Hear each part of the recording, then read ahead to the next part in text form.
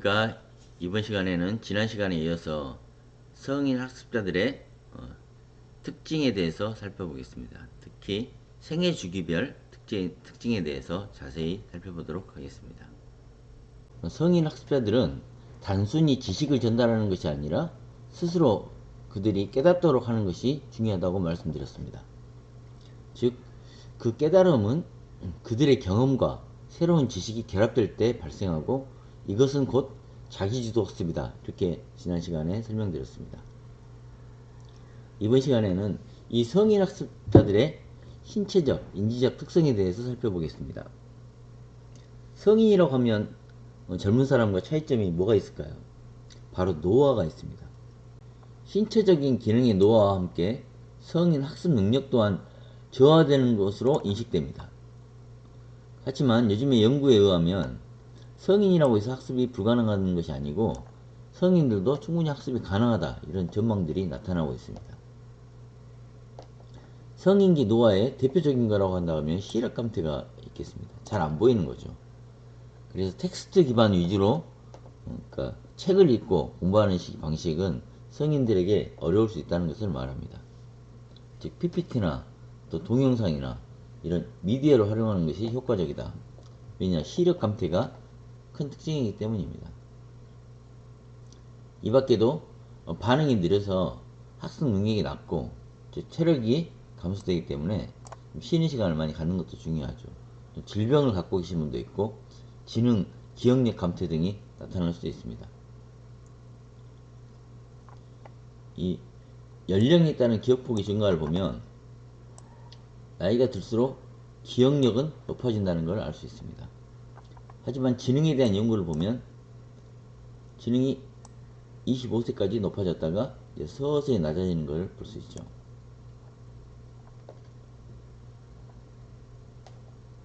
비뇌 연구에 따르면 지능은 16세에 정점에 도달하고 45세까지는 쭉 유지하다가 서서히 감소한다는 것을 보여주고 있습니다. 샤이에와 스터더의 연구에서는 언어를 이해할 수 있는 능력은 55세가 정점이고 문제를 해결하는 그 추리력은 40세가 정점이고 언어의 유창성, 말을 잘하는 것은 25세가 정점이고 이후로는 감소한다는 경향을 연구했습니다. 20세가 넘은 후에 특별히 평가력, 종합력, 해석력 이런 경험의 양적 증가와 관련된 능력들은 지속적으로 발달된다. 이런 것이 연구 결과입니다.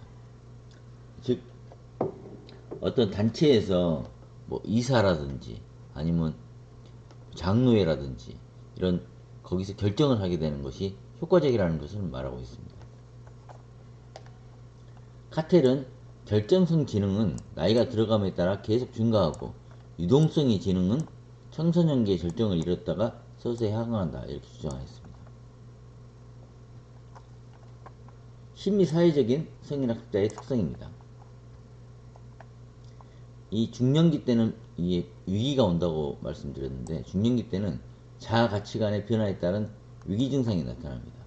뭐 갱년기라고도 표현하는데 이런 시기가 되면 실망감, 상실감 이런 게 빠진다는 연구가 되어 있습니다.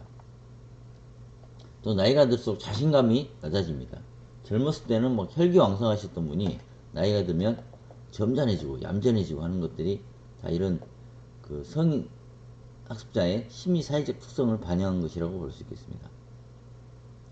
학습 상황에서 고려해야 될 점은 시간적인 여유를 드려야 됩니다. 심리를 고양할 수 있도록 자신감을 키워주는 것이 효과적이라고 말씀드릴 수 있겠습니다. 그럼 각 생애 주기별 성인 학습자의 특징을 살펴보도록 하겠습니다. 먼저 청년기입니다. 청년기면 20대에서 30대 사이를 말하겠죠. 이런 학습자들은 주로 경력 개발이나 이직, 또 자기 개발을 목표로 학습에 참여합니다. 이들은 새로운 기술이나 지식을 빠르게 습득하려는 욕구가 강하고 유연하고 실용적인 학습 방법을 선호합니다. 주요한 특징으로는 목표 지향성, 즉 단기간에 성과를 얻을 수 있는 실용적인 학습을 선호한다는 특징이 있겠습니다.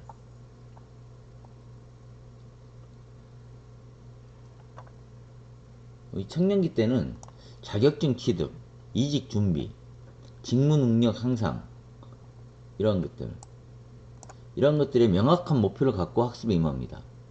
또 디지털에 친숙합니다. 온라인 강의, 또 유튜브, 모바일 애플리케이션 이런 다양한 디지털 매체를 활용하는데 능숙하게 활용합니다. 또한 사회적 교류로는 학습을 통해 새로운 사람도 만나고 네트워킹 구축하고 이런 것을 중요하게 생각합니다. 청년기들의 특징이죠. 반면에 중장년기, 즉 중년 학습자 40대에서 50대를 말합니다. 이런 중장년기, 성인 중기, 중장년기 이렇게 표현하는데 이때는 직장 내 역할이 바뀝니다. 이제 은퇴를 스스로 준비해야 되고 제2의 인생을 설계해야 되니까 다양한 이유로 학습을 시작하게 됩니다. 이들은 삶의 경험을 바탕으로 학습 내용을 더 깊이 이해하고 싶어하고 또 실생활에 적용할 수 있는 학습을 선호합니다. 이런 것이 40대와 50대 학습의 특징이라고 할 수 있겠습니다. 주요 특징은 경험 중심 학습, 그래서 반복하지만 과거의 직장이나 생활 경험을 학습 내용과 연결해서 새로 창출하고 하는 것이 매우 효과적이라고 말씀드렸습니다. 즉 단순한 이론보다는 실제 사례나 문제 해결 능력을 키우는 학습을 선호합니다. 학습에 대한 동기로는 자녀교육, 노후 대비, 새로운 취미 개발 이런 외부적인 요인과 내부적인 요인이 복합적으로 작용하여서 학습을 시작하는 경우가 많습니다. 또한 특징으로는 시간 제약이 있습니다. 한참 바쁠 시기라 직장과 가정생활 병행하기 때문에 학습 시간이 부족한 경우가 많습니다. 따라서 이런 분들한테 유연한 시간표와 효율적인 학습 방법이 선호하기 때문에 좀 시간을 유연하게 진행하는 것이 효과적입니다. 다음은 노년기입니다. 60대 이상을 말합니다. 노년 학습자들은 이 학습의 특징이 주로 삶의 질을 향상하고 사회적 고립감을 해소하고 인지 능력을 유지하고 이런 목적으로 학습에 참여합니다. 그러니까 치매 예방이라든지 아니면 혼자서 계속 집에만 계시니까 고립감을 해소하기 위해서 학습을 하는 경우가 있다는 것입니다. 이들은 공부하는 것 자체를 즐겁습니다. 학습 자체를 즐거움으로 여기고 건강하고 활기찬 삶을 위해서 학습을 하는 경우가 많습니다. 이런 특징이 있습니다. 주요한 노년기 특징으로는 내재적인 동기는 특정 목표, 공부해야겠다 이런 것보다는 자아실현, 즐거움, 새로운 관계 형성 이런 내재 동기가 학습을 이끌어갑니다. 또 느린 학습 속도가 특징이라고 할 수 있겠습니다. 새로운 지식이나 기술 배우는 게 느립니다. 하지만 이미 쌓아온 풍부한 경험이 있기 때문에 이걸 토대로 학습 내용을 폭넓게 이해하는 강점이 또 있습니다. 다음은 특징이 관계 중심입니다. 배우는 같은 동료들과의 관계를 친밀하게 형성하고 유지하는 것을 중요하게 생각합니다. 따라서 노년기 학습자들 대상으로는 공동체 활동이나 그룹 프로젝트 이런 학습이 매우 효과적이고 또 이런 방식을 선호합니다. 방금 말씀드린 것처럼 성인 학습자의 생애 주기별 특징을 살펴봤는데 표로 보자면 사회적 배경에 따라서 청년기, 중장년기, 노년기, 신체 심리적 특징에 따라서 청년기, 중년기, 노년기 나눠져 있죠. 장애 요인에 따라서 청년기 때는 직장 업무, 가족 부양, 또 경제 여건, 기술 활용 어려움 이런 특징들이 있는데 이런 특징들을 고려해서 각 연령대에 맞는 맞춤형 교육 프로그램을 제공하는 것이 성인학습의 효과를 높이는데 매우 중요합니다. 우리 수업을 듣는 분들은 중장년기에 해당된다고 볼 수 있겠죠. 그러니까 학습 장애 요인은 가족 부양에 따른 평생학습 참여 제약이 있고 또 신체적인 특징으로는 중년의 위기 및 불안, 심리 변화에 대한 인지, 또 새로운 기능 습득, 제2의 인생을 준비하고 이런 것이 특징이라고 할 수 있고 사회적 배경으로는 직장이 이제 그만둘 때가 되고 퇴직 시기가 다가오고 하는 것이 사회적 배경이라고 할 수 있겠습니다. 참여 동기의 개념과 장애 요인을 살펴보겠습니다. 성인학습자가 교육하는 참여 모형으로 호울은 목표, 활동, 학습 지향의 세 가지로 분류하였습니다.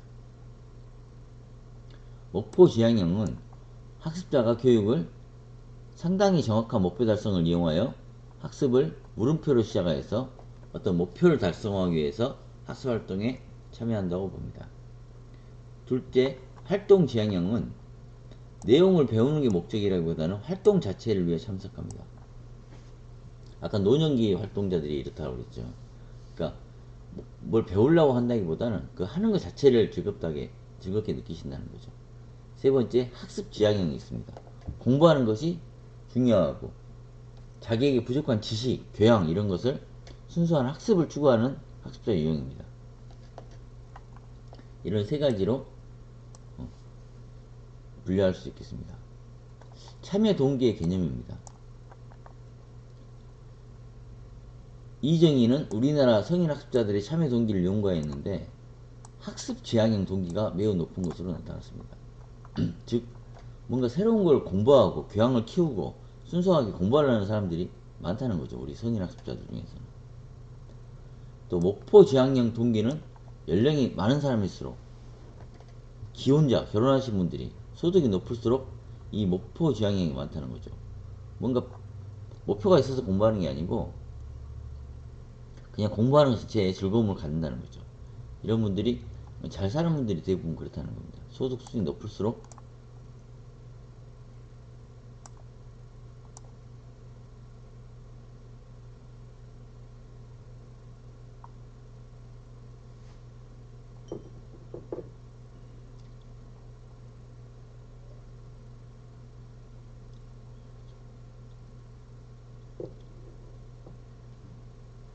목표 지향형 동기는 연령이 높을수록 이혼보다는 기혼자가 소득 수준이 높을수록 감소하는 것으로 나타났습니다. 그러니까 이 목표 지향형, 뭔가 정확한 목표를 달성하기 위해서 공부하는 것은 나이가 많은 사람들은 그렇지 않다는 거죠. 또 기혼자들은 또 그렇지 않다는 겁니다. 소득이 높은 사람들은 그렇지 않다는 거죠. 뭔가를 새롭게 목표를 위해서 공부하지 않는다는 이야기입니다.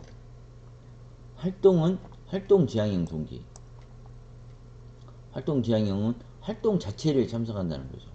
이런 거는 기혼자의 집단일수록 연령이 많아질수록 증가한다는 것이죠. 그러니까 뭐 공부를 꼭 뭔가 목표가 있어 한다기보다는 자체에 참석하는 걸 의미를 둔다. 이런 것이 나이가 많으신 분일수록 노년기일수록 또 결혼하신 분일수록 증가하는 것으로 나타났습니다. 그러나 일반적으로 이런 특징은 같은 성인이라고 하더라도 나이에 따라서 혹은 그 사람이 갖고 있는 집단이나 그 효능감에 따라서 영향을 받는다. 이렇게 볼 수 있다는 것입니다. 즉 집단에 따라 다르게 나타나고 환경도 비슷하게 나타난다는 거죠. 다양하다는 것을 알 수 있습니다. 각 성인들마다 참여 동기가 다르기 때문에 다 똑같지는 않다. 이런 걸 말씀드립니다. 참여 동기의 유형입니다. 자비스의 학습 동기의 구분은 개인적 측면에서는 개인의 발달과 흥미를 충족시키는 욕구, 경제적인 측면에서는 직업 교육을 위한 준비, 사회적인 측면에서는 변화하는 사회에 대한 적응, 직업 측면에서는 새로운 훈련과 재훈련에 대한 적응, 이렇게 나눌 수 있겠습니다. 이 호울의 참여 동기에 대해서 좀 자세히 살펴보자면 호울의 참여 동기 중요합니다. 호울, 클라우드 호울이라는 1961년 연구를 통해서 성인 학습자의 학습 참여 동기를 크게 세 가지로 분류했습니다. 이 세 가지 유형은 성인 학습이 왜 일어나는지, 그러니까 이 세 가지는 이겁니다. 목적 지향형, 활동 지향형, 학습 지향형, 이렇게 세 개 나눌 수 있는데, 이 세 가지는 성인학습이 왜 일어나는지, 학습 동기, 참여 동기, 왜 공부하는지, 여기에 대한 중요한 통찰을 제공합니다. 아까 말씀드린 목표 지향성 다시 설명드리자면, 학습을 특정 목표 달성을 위한 수단으로 본다는 겁니다. 목적 지향성 이렇게 표현했는데, 목표 지향성 똑같은 말입니다. 뭔가 자격증을 취득하려고, 특정 직업을 얻으려고, 특정 기술을 습득하려고, 이런 명확한 목적이 있고 학습에 참여합니다. 그러니까 이들에게는 학습 자체는 목적이 아니고 목표에 도달하기 위한 도구입니다. 예를 들자면 승진을 위해서 영어 회화 자격증을 따야 됩니다. 그거 공부한다는 거죠. 또 새로운 직무를 위해서 프로그래밍을 배워야 됩니다. 그러면 또 공부한다는 거죠. 이런 목표가 확실하다는 겁니다. 두 번째, 활동 지향형입니다. 노년기에 많이 나타난다고 했죠. 나이가 많이 들수록, 또 기혼자일수록 활동 지향형이라고 했습니다. 학습 자체보다 학습 활동을 통해 얻는 사회적인 교류나 심리적 만족을 중요하게 생각합니다. 이 학습자들은 학습을 통해 새로운 사람 만나거나 사회적 고립감을 해소하거나 소속감을 느끼려는 욕구가 강합니다. 즉 학습 내용은 부수적인 경우가 있습니다. 은퇴 후 외로움을 달래기 위해서 동호회에 가입해서 그림을 배운다든가, 또 친구들과 함께 모여서 요리 수업을 듣는다든가, 목적이 요리를 막 배우는 것도 있겠지만 함께 참여해서 자기 스스로 만족감을 겪고 또 다른 사람들하고 교류하고, 그래서 외로움을 달래고, 이런 것이 목적인 사람들이 활동 지향형이라는 특징이 있습니다. 다음은 학습 지향형입니다. 지식 그 자체를 추구하는 동기라는 거죠. 이 학습자들은 특정 목표나 사회활동에 관계없이 그냥 새로운 걸 배우고 지적 호기심을 충족하고 하는 데서 즐거움을 느낍니다. 이런 평생 동안 꾸준히 학습하는 경향이 있습니다. 공부를 계속 하시는 분들이 이런 쪽이죠. 예를 들자면 우주에 대해서 알고 싶어서 천문학 강의를 듣고 있어요. 이런 분들. 또는 역사 속에 있는 사건들의 관계가 궁금해서 관련 책들을 찾아보고 있어요. 폭군의 셰프 이런 거 내용을 자세히 알고 싶어서 역사 공부를 한다. 이런 것이 학습 지향형이라고 볼 수 있겠습니다. 참여 동기의 유형입니다. 활동 지향형의 동기, 사회적 관계, 도피 자극, 사회적 복지, 목표 지향형 동기, 외부 기대, 진보, 직업적 진보, 학습 지향형 동기, 인지적인 흥미, 지식 추구를 위해서, 이런 특징이 있다는 겁니다. 이 참여 동기마다 호울은 한 사람에게 여러 동기가 복합적으로 존재할 수 있다고 말합니다. 딱 한 가지 정해진 게 아니고 학습 지향형인데 또 목표 지향형도 있다. 이렇게 복합적으로 동기가 존재할 수 있다고 보고 있습니다. 호울은.